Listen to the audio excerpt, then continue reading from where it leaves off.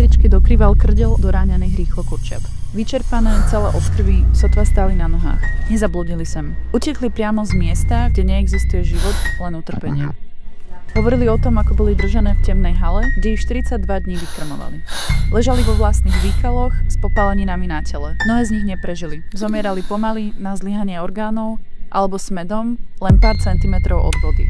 Vtedy zistili, že záchrana nepríde, pretože nikto nevie, čo sa deje v temnote priemyselnej haly. Preto pár z nich uskutočnilo veľký kurací útek, aby ste sa dozvedeli o krutosti priemyselných veľkochovov. Prišli po pomoc.